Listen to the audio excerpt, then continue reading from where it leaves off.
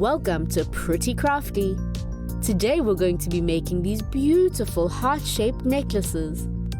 You will need clay, nail polish, a cookie cutter, a wooden skewer, and some string. First, take a small piece of clay and knead it to soften it up. Press it between your fingers and work it against the table until it is flat and even.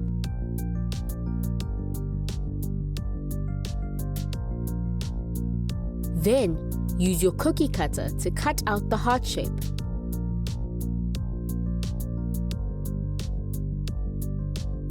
Pierce a hole through the clay using a skewer so that we have something to thread the string through. Then wait for your clay to set nicely. Once the clay is dry, paint it with the nail polish to brighten up the color and make it nice and shiny.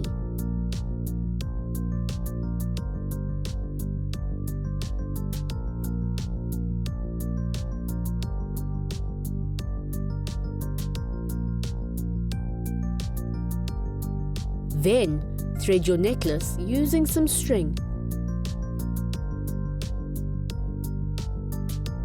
And just like that, you are done!